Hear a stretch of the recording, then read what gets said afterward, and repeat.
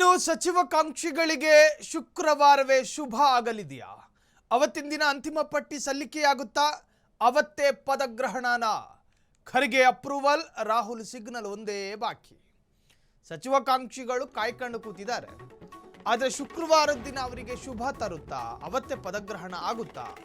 Kharge okay ಅಂದಿದ್ದಾರೆ.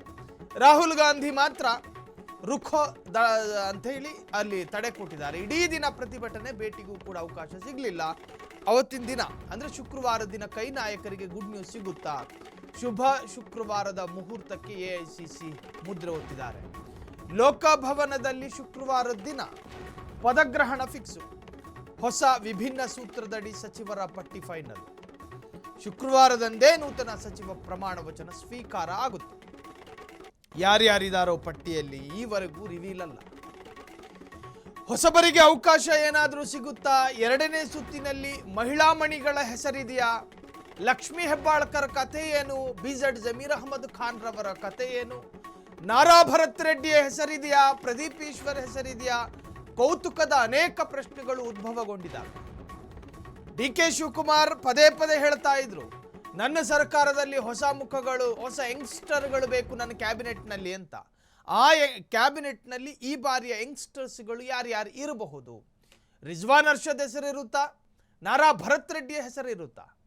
ಇವೆಲ್ಲ ಕೌತುಕಗಳು ಈಗಾಗಲೇ ಉದ್ಭವಗೊಂಡಿದ್ದಾವೆ. ಆದರೆ ರಾಹುಲ್ ಗಾಂಧಿಯು ಕೂಡ ಡಿ ಕೆ ಶಿವಕುಮಾರ್ ಅವರ ಅಭಿಪ್ರಾಯಕ್ಕೆ ಸಹಮತ ಕೊಡುವಂಥ ಅಭಿಪ್ರಾಯವನ್ನೇ ಇಟ್ಕೊಂಡಿರೋದು. ಸರ್ಕಾರ ಅಂದ ಮೇಲೆ ಹೊಸ ಜನರೇಷನ್ ಬರಬೇಕಲ್ಲ. ಅದೇ ಹಳೆ ಮುಖ, ಅದೇ ಸ್ಪೆಕ್ಸ್ ಹಾಕ್ಕೊಂಡಿರೋ ಮುಖಗಳನ್ನೇ ನೋಡಿ ಜನರಿಗೂ ಕೂಡ ಒಂದು ಹೊಸತನ ಬರೋದಿಲ್ಲ. ಹಾಗಾಗಿ ಈ ಬಾರಿ ಡಿ ಕೆ ಶಿವಕುಮಾರ್ ಅವರ ಎರಡನೇ ಸುತ್ತಿನ ಕ್ಯಾಬಿನೆಟ್ ವಿಸ್ತರಣೆಯಲ್ಲಿ ಹೊಸ ಮುಖಗಳು, ಯುವಕರೇನಾದರೂ ಕಾಣಿಸಿಕೋತಾರಾ? ಈ ತರಹದೊಂದು ಕೌತುಕಗಳು ಶುರುವಾಗಿದೆ. ಸೊ ಈಗಾಗಲೇ ಮಲ್ಲಿಕಾರ್ಜುನ ಖರ್ಗೆ ಎಐಸಿಸಿ ಅಧ್ಯಕ್ಷರು ಅವರ ಅಪ್ರೂವಲನ್ನು ನೀಡಿದ್ದಾರೆ. ಡಿ ಕೆ ಶಿವಕುಮಾರ್ ಕೈಯಲ್ಲೊಂದು ಪಟ್ಟಿ ಇತ್ತು, ಸಿದ್ದರಾಮಯ್ಯರ ಕೈಯಲ್ಲೊಂದು ಪಟ್ಟಿ ಇತ್ತು, ಬಿ ಕೆ ಹರಿಪ್ರಸಾದ್ ಅವರ ಕೈಯಲ್ಲೊಂದು ಪಟ್ಟಿ ಇತ್ತು. ಆ ಪಟ್ಟಿಯನ್ನು ಆಧರಿಸಿ ಒಂದು ಜಾತಿ ಕಾಂಬಿನೇಷನ್ ಲೆಕ್ಕಾಚಾರಗಳನ್ನು ಹಾಕಿ, ಅವರ ಪೊಲಿಟಿಕಲ್ ಪರ್ಫಾರ್ಮೆನ್ಸಿನ ಲೆಕ್ಕಾಚಾರಗಳನ್ನು ಕೂಡ ಹಾಕಿ ಅವರಿಗೆ ಮಣೆ ಹಾಕುವಂತಹ ಪ್ರಯತ್ನಗಳು ಪ್ರತಿಪಕ್ಷದಲ್ಲೂ ನಡೆಯುತ್ತೆ. ಇದು ಕೇವಲ ಕಾಂಗ್ರೆಸ್ಸಿಗೆ ಮಾತ್ರ ಸೀಮಿತ ಅಲ್ಲ. ಬಿಜೆಪಿ ಆಗಿರಲಿ, JDS, ಕಾಂಗ್ರೆಸ್ ಎಲ್ಲವೂ ಕೂಡ ಜಾತಿ ಸಮೀಕರಣ ಅಥವಾ ಜಾತಿ ಲೆಕ್ಕಾಚಾರದಲ್ಲೇ ಕ್ಯಾಬಿನೆಟ್ ರೀಶಫಲ್ ಆಗೋದು. ಈಗ ಈ ಬಗ್ಗೆ ಹೆಚ್ಚಿನ ಡೀಟೇಲ್ಸ್ ಕೊಡೋದಕ್ಕೆ ಮತ್ತೆ ಮಾರುತಿ ಫೋನ್ ಸಂಪರ್ಕದಲ್ಲಿ. ಮಾರುತಿ, ಎಲ್ಲೋ ಒಂದು ಕಡೆ ಲಿಸ್ಟ್ಗಳು ರೆಡಿ ಆಗಿದ್ದಾವೆ. ಎಐಸಿಸಿ ಅಧ್ಯಕ್ಷರು ಕೂಡ ಅದಕ್ಕೊಂದು ಗ್ರೀನ್ ಸಿಗ್ನಲ್ ಕೊಟ್ಟಿದ್ದಾರೆ. ಈಗ ಬಾಕಿ ಇರೋದು ರಾಹುಲ್ ಗಾಂಧಿನ. ಈ ಪಟ್ಟಿ ಶುಕ್ರವಾರದ ದಿನಾನೇ ಫೈನಲ್ ಆಗುತ್ತಾ ಮಾರುತಿ? ರೀತಿಯಾದ ಚರ್ಚೆ ನಡೀತಾ ಇರೋದು. ಪ್ರಮುಖವಾಗಿ ಶುಕ್ರವಾರ ಏನು ಪಟ್ಟಿ ರಿಲೀಸ್ ಆಗುತ್ತೆ, ಅಂದೇ ಪದಗ್ರಹಣ ಕೂಡ ಆಗುತ್ತೆ ಎಂಬ ಚರ್ಚೆ ಕೂಡ ಇರುವಂತದ್ದು. ಯಾಕೆಂದ್ರೆ ಇತ್ತೀಚೆಗೆ ಏನು ರಾಹುಲ್ ಗಾಂಧಿ ಅವರು ಕೂಡ 24ನೇ ತಾರೀಕು ರಾಜ್ಯಕ್ಕೆ ಆಗಮಿಸ್ತಿದ್ದಾರೆ.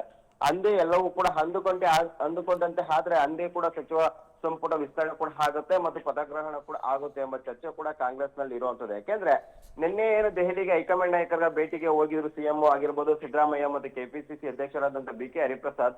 ಅಲ್ಲಿ ಹೋರಾಟಗಳಲ್ಲಿ ನೀಟ್ ಎಕ್ಸಾಮ್ ಸಂಬಂಧಪಟ್ಟಂತೆ ಹೈಕಮಾಂಡ್ ನಾಯಕರು, ಘಟಾನುಘಟಿ ನಾಯಕರು ಏನು ಹೋರಾಟದಲ್ಲಿ ಮುಳುಗಿದ್ರು ಮತ್ತು ಮೋದಿ ಮನೆ ಮುಂದೆ ಪ್ರತಿಭಟನೆ ಕೂಡ ಮಾಡಿದ್ರು. ಹಾಗಾಗಿ ಅವರ ಭೇಟಿಗೆ ಅವಕಾಶ ಸಿಕ್ಕಿದ್ರು ಕೂಡ ಸಚಿವ ಸಂಪುಟ ವಿಸ್ತರಣೆ ಬಗ್ಗೆ ಚರ್ಚೆ ಮಾಡೋದಕ್ಕೆ ಅವಕಾಶ ಸಿಗ್ಲಿಲ್ಲ. ರಾತ್ರಿ ಕೂಡ ಭೇಟಿ ಆಗ್ಬೇಕಾಗಿತ್ತು, ಮತ್ತೆ ಆದ್ರೂ ಕೂಡ ಭೇಟಿಗೆ ಸಂಬಂಧಪಟ್ಟಂತ ಮೀಟಿಂಗ್ ಎಲ್ಲ ಕೂಡ ರಾಹುಲ್ ಗಾಂಧಿ ಅವರು ಕ್ಯಾನ್ಸಲ್ ಮಾಡಿದ್ರು. ಹೀಗಾಗಿ ಯಾರ ಭೇಟಿಗೂ ಕೂಡ ಅವಕಾಶ ಸಿಗ್ಲಿಲ್ಲ.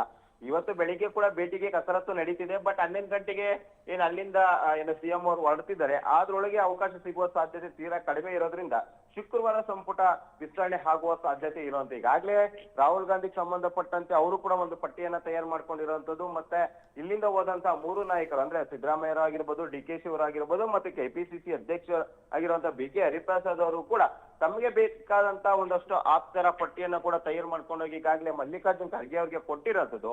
ಎಐಸಿಸಿ ಅಧ್ಯಕ್ಷರಾದ ಮಲ್ಲಿಕಾರ್ಜುನ್ ಖರ್ಗೆ ಅವರು ಕೂಡ ಒಂದು ಹಂತದ ಸಮ್ಮತಿಯನ್ನ ಕೊಟ್ಟಿರೋದು. ಅಂದ್ರೆ ನಿಮ್ಮ ಪಟ್ಟಿಯನ್ನ ನನಗೆ ಕೊಟ್ಟಿರಿ, ನಾನು ರಾಹುಲ್ ಗಾಂಧಿ ಅವರ ಹತ್ರ ಚರ್ಚೆ ಮಾಡಿ ಫೈನಲ್ ಪಟ್ಟಿಯನ್ನ ಬಿಡುಗಡೆ ಮಾಡ್ತೀನಿ ಅಂತ ಹೇಳಿ ಕಳಿಸಿದ್ದಾರೆ ಎಂಬ ಚರ್ಚೆ ಕೂಡ ಇರುವಂತದ್ದು. ಒಟ್ಟಲ್ಲಿ ಏನು ಮಲ್ಲಿಕಾರ್ಜುನ್ ಖರ್ಗೆಗೆ ಬೇಕಾದಂತ ಪಟ್ಟಿಯೆಲ್ಲ ಸೇರಿದೆ. ಬಟ್ ಮಲ್ಲಿಕಾರ್ಜುನ್ ಖರ್ಗೆ ಅವರು ರಾಹುಲ್ ಗಾಂಧಿ ಅವರ ಜೊತೆ ಚರ್ಚೆ ಮಾಡಿ ಒಂದು ಫೈನಲ್ ಹಂತದ ಪಟ್ಟಿಯನ್ನ ಬಿಡುಗಡೆ ಮಾಡುವ ಸಾಧ್ಯತೆ ಇರುವಂತದ್ದು ಸಾಯಿಲ್.